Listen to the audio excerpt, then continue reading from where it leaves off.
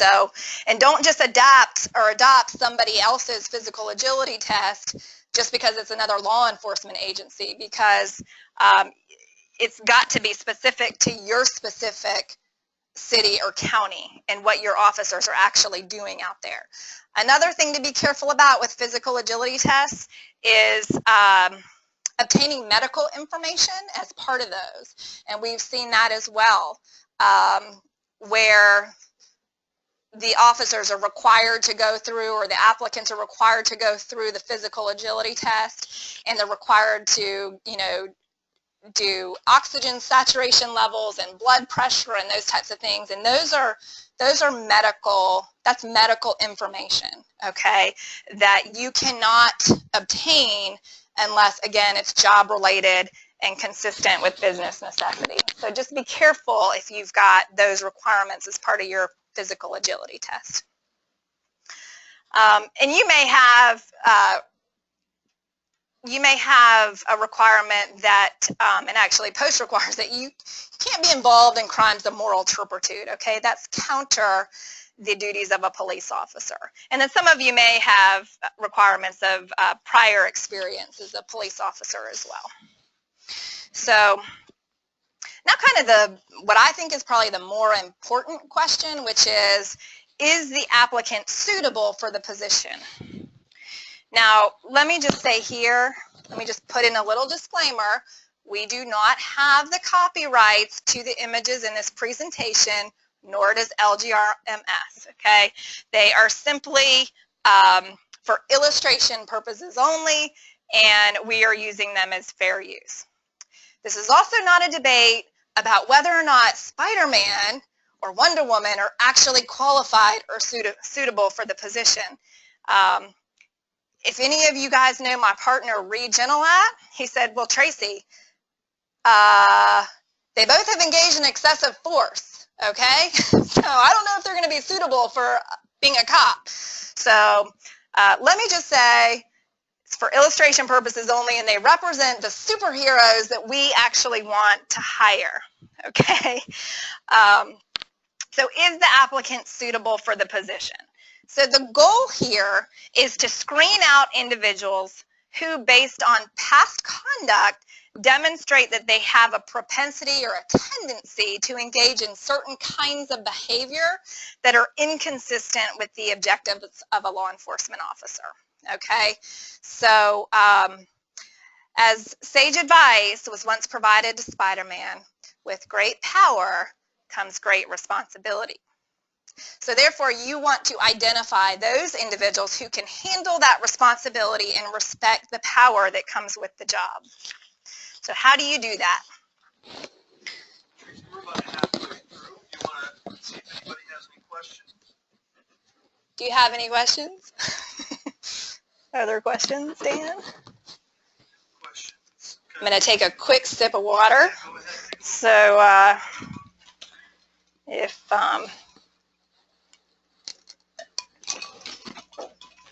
all right, so let's talk about suitability, because I mean, I think ultimately that's the objective here. We're trying to figure out, are these people suitable to work for us? Okay, so what does that mean? You know, I mentioned a second ago, they have the, you know, do they have the propensity or the tendency to engage in some type of conduct that is either consistent or inconsistent with the job of a law enforcement officer? So, for example, I mean, do they have a pattern of dishonesty? Because that certainly is not consistent with a trait of a law enforcement officer. Do they have a tendency to engage in reckless behavior? You know, do they have a number of speeding tickets for, you know, driving over 80 miles an hour? You know, that might be a sign that this individual has sort of a tendency for recklessness or carelessness. Do they have a number of accidents on their record? It also might show disregard for the law or authority. What about, do they have a propensity to engage in anger? You know, are they volatile? Are they likely to just to lose it when a law enforcement officer has to take so much crud out there and not do anything back? but maintain the utmost professionalism. Someone who has a tendency toward anger and violence might also, if it's uncontrollable, be more likely to engage in excessive force. So that's what we're looking for when we're talking about suitability. What is it about their background? Who is this person that I'm hiring? And, you know, is this the type of person that I can trust to be out there? Are they able to handle stress and adversity? Because we all know that cops aren't invited to the party unless it's to break up the party, right? You know, do they have a good work ethic? Are they a hard worker? Are they able to communicate effectively? I mean, the main objective, or one of the main objectives for law enforcement, is community policing. Can they get out there? Can they talk to people effectively? Can they mediate arguments? They're called domestic disputes on a constant basis. Are they reliable? Do they show up for work? Do they back up their coworkers? Are they unbiased?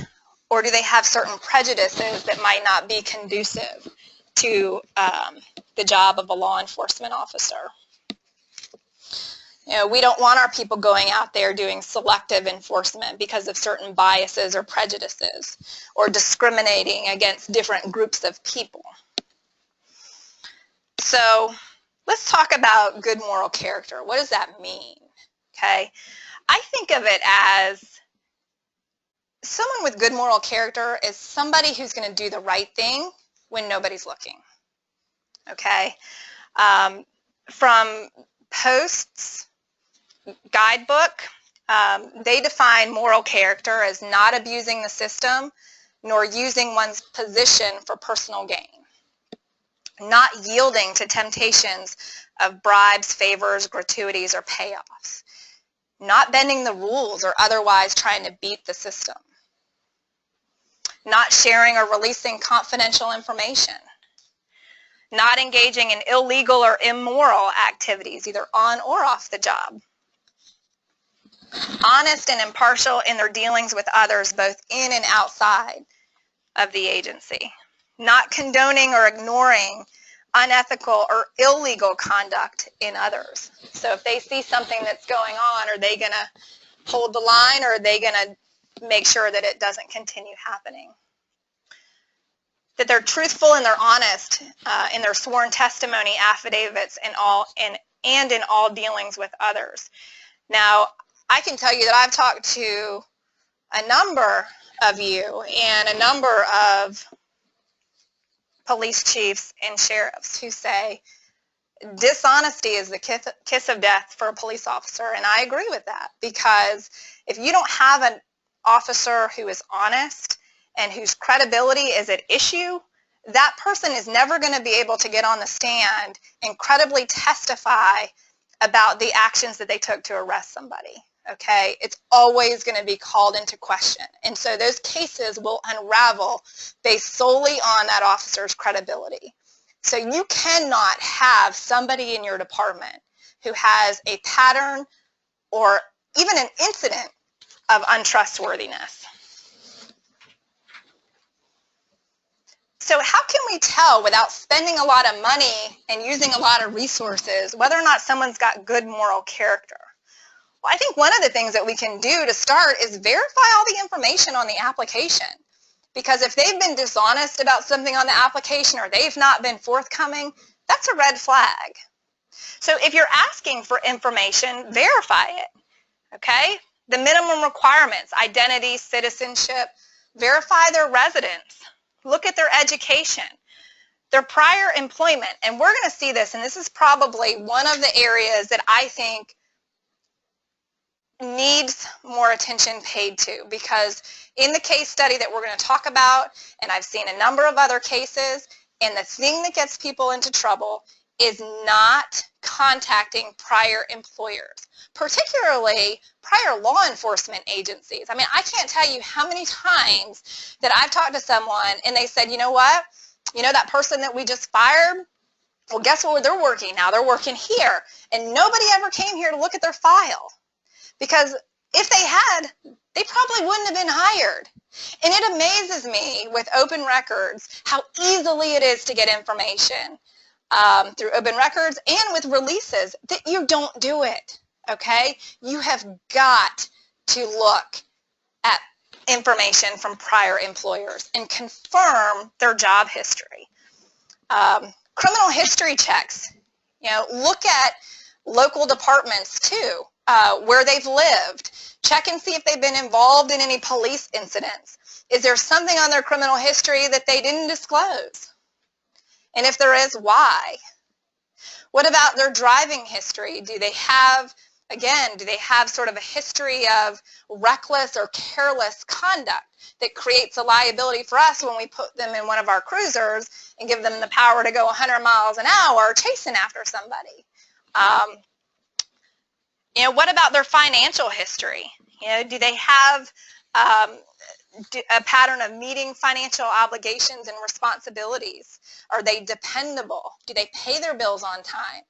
I put FCRA there, which is the Fair Credit Reporting Act, which requires that if you obtain background information from a consumer reporting agency and you take an adverse employment decision based on something that comes back, there are certain notice requirements that you have to give to that applicant, and letting them know what you looked at and what you based your decision on. But I will say that FCRA does not apply to obtaining reports from DDS, the Department of Driver Services. It doesn't apply to GCIC checks or to information that you might get from a local courthouse, for example.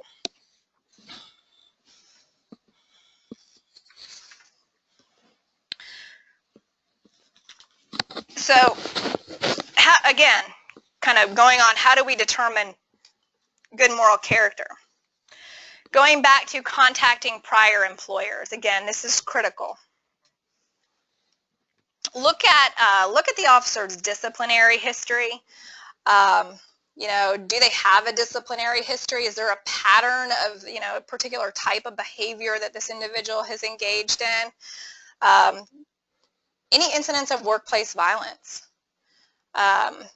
Did they resign in lieu of termination? Did they resign while under investigation? Look at complaints. I think this is telling when you look at citizen complaints against the officer. Now, I know that if anyone is in law enforcement for any period of time, you are going to get a citizen complaint, okay? That's just a given. But, what I see sometimes are patterns of similar complaints, right? I mean, it's one thing to get a complaint about being rude, once every couple years. But if you're getting multiple complaints against an officer throughout the year and the complaints are continuously unfounded or not sustained, look a little bit deeper, because there might be an issue with that officer. And so I know that a lot of investigators, they don't want to find against their coworker. And so that is a tough thing. But if you start seeing a pattern, even if they're unsustained, look a little bit closer about whether or not there might be some credibility to some of those complaints.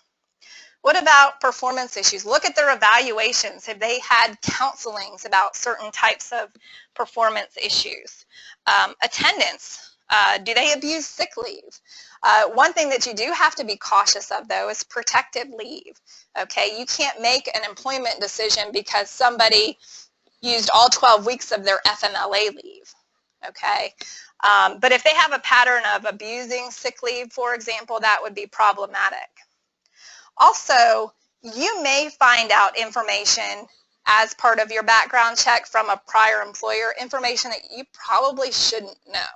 For example, if someone files an EEOC charge, okay, that's probably not information that you should have because it shouldn't be relevant to your hiring decision. And I've had people tell me before, well, Tracy, they file an EEOC charge with their former employer. We don't want to hire them, or we don't want to bring them back. And I'm like, well, you can't base your decision on that. I mean, you're going to have to find another reason, a legitimate reason not to bring them back. But if that's your only reason, that's a retaliation. Okay, so you can't base hiring decisions on protected conduct. Contact references. I think every application requires an individual to identify references.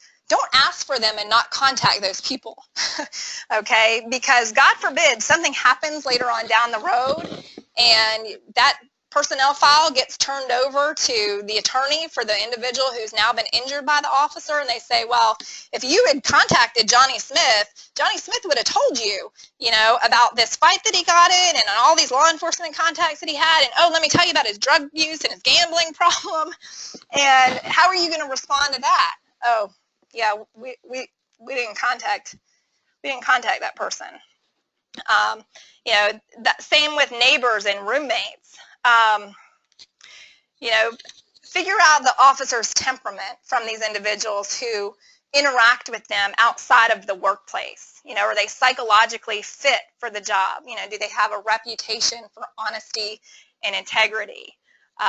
You know, what is their opinion about whether or not this person is suitable for the job?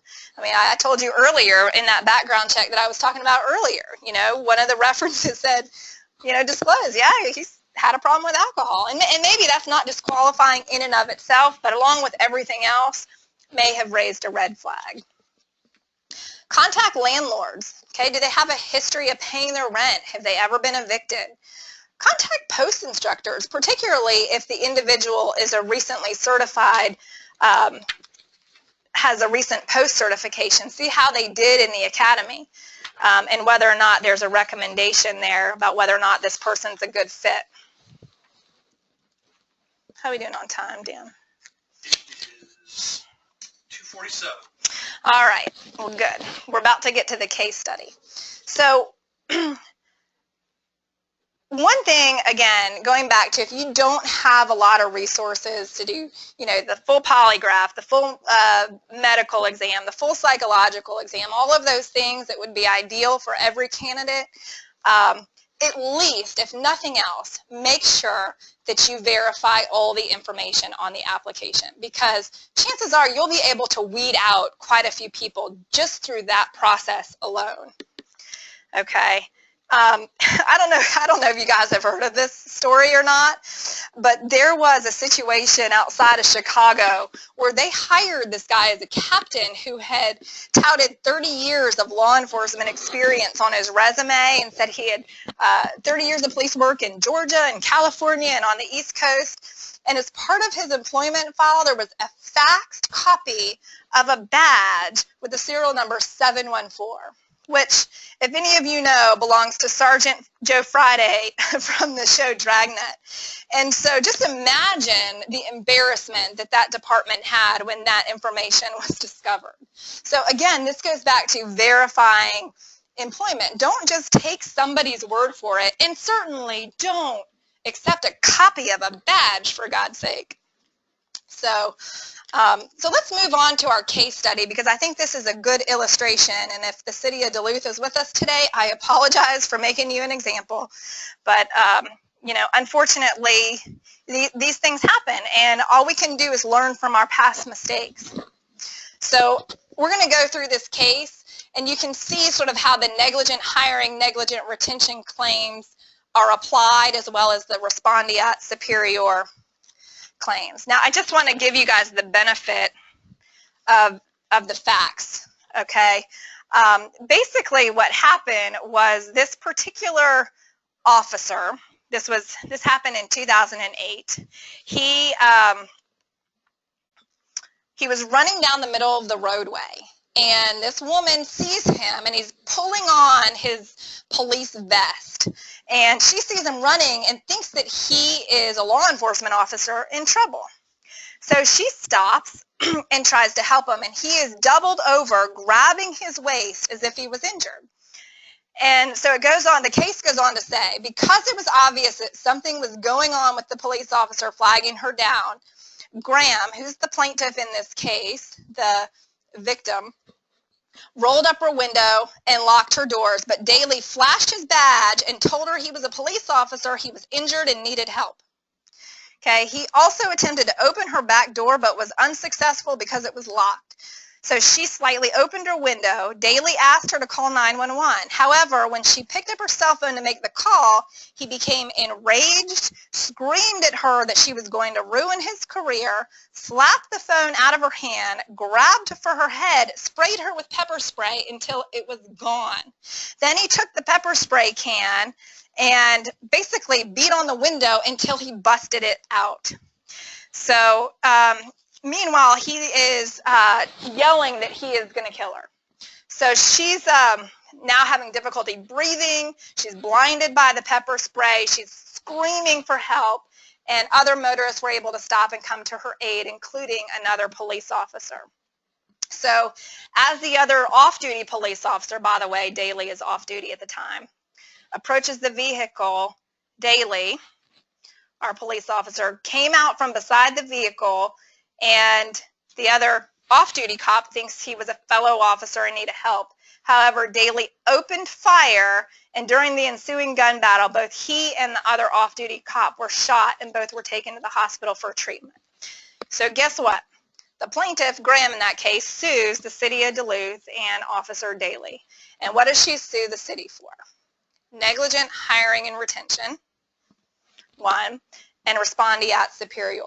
Basically, she's saying, city, you created this issue when you hired this guy. There are certain things about his past that you should have known, and you still hired him. And there are things that happened while he was employed with you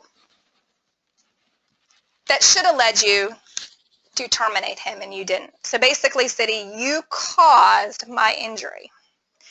So is the city liable for respondeat superior? What do you guys think? Raise your hand if you think he is.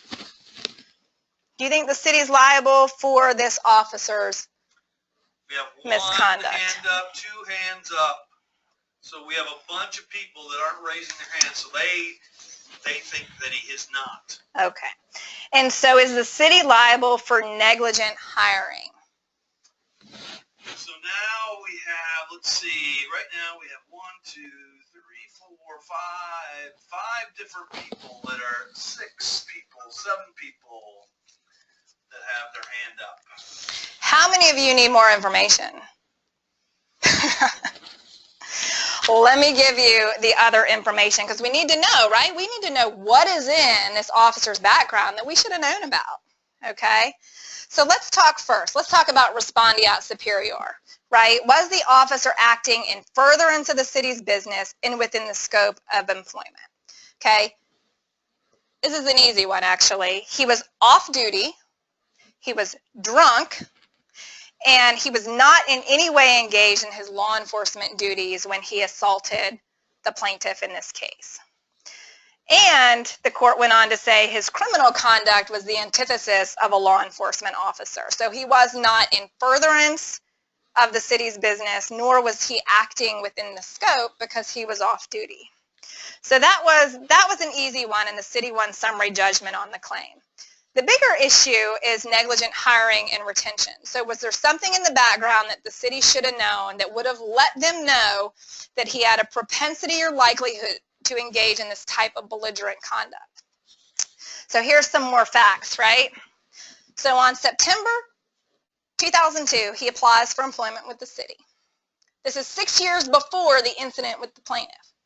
There's no substance abuse issues indicated on his application. He does say that he was a reserve deputy for Fulton County since 1999, and he listed Major Davis as his supervisor. In December 2002, they ran his post report, and it was clean. He was certified. There's no suspensions or revocations, so he's in good standing. No concerns there, right? GCI, CNCI checks, no arrest history. Check.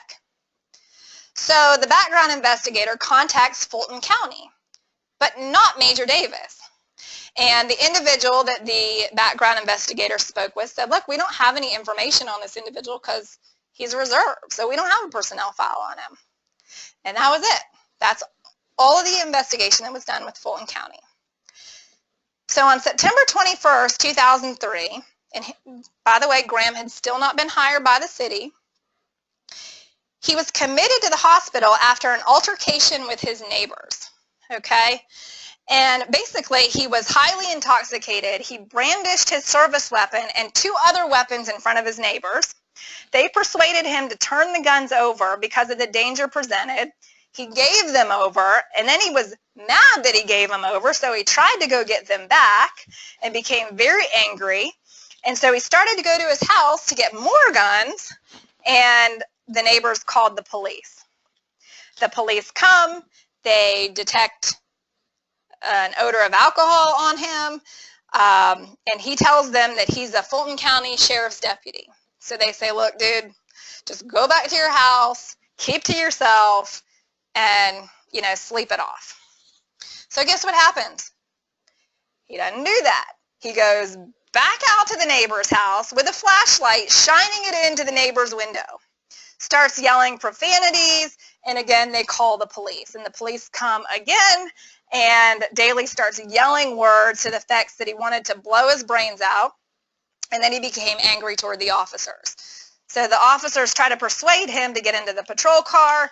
At first he cooperates, then he becomes belligerent and combative, and eventually kicks out the window of the patrol car and is hospitalized, okay, for a couple days.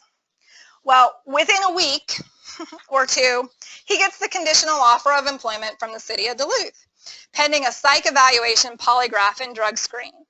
And so he does those, apparently passes with flying colors, I don't know how, and becomes employed, starts working as a cop.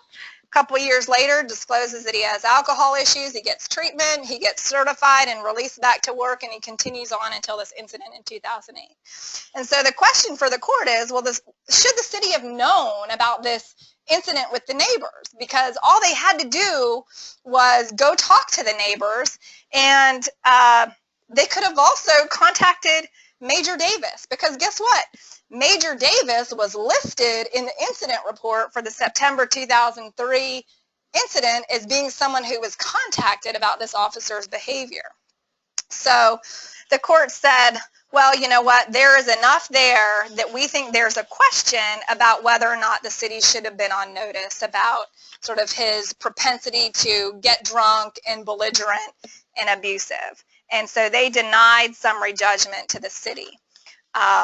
But the court did say, look, you know, we're not going to hold that canvassing someone's neighborhood is legally required.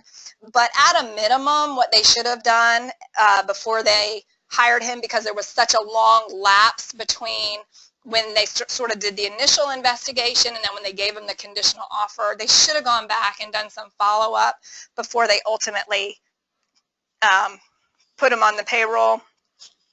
And they should have contacted Major Davis, who he himself listed as his supervisor in his application. So if the information is given on the application, contact those people.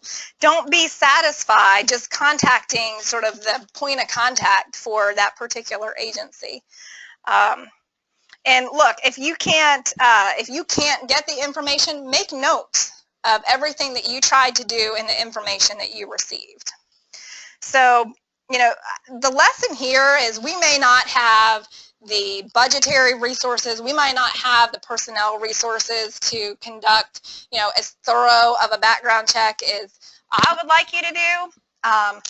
But what I will tell you to do is with the resources that you do have, make sure that you verify the information that is given to you on the application. And at a minimum, guys, at least contact the prior employers and send someone out to look at those personnel files. Make sure that you have the release with you so that you get the full view of the employment history before you make a decision. Because chances are there's probably some employment decisions that you might go the other way on. So, James Newsom had a comment. Yes, James. On 9/21/2003 at Cedartown, period. What? He's saying that it would have ended his offer would have ended at the time. Yes, and it should have. I mean, the question was whether or not, you know, the city should have been on notice. Now, I don't know ultimately if this case went to trial or if they ended up settling it or what, but you know, at least we do know that the court said, look, there's enough here. We're going to let a jury decide. And we don't like juries to decide our law enforcement cases for us in particular, because God only knows what's going to be persuasive to them, right? I mean, they're going to look at this poor victim, and she's going to be a sympathetic plaintiff. So, you know, chances are your agency is going to end up paying something, whether it's in settlement or through a judgment. So the best thing that you can do to insulate yourself, again, verify the information that you do have, and you know, do the best that you can with the resources that you have to try to reduce any liability that might arise by hiring the wrong person. So those of you who are members of ACCG have access to the helpline, to O'Quinn and Cronin. If you have any questions, for example, if you're doing a background check and something comes up, a red flag, and you're like, yeah, I don't know if I feel comfortable with this or not, call your legal counsel. For those of you who are GRMA members, you can call our office and talk it through with an attorney and say, look, you know, this doesn't feel good. I'm not quite sure, you know, what's our liability if we end up hiring this person.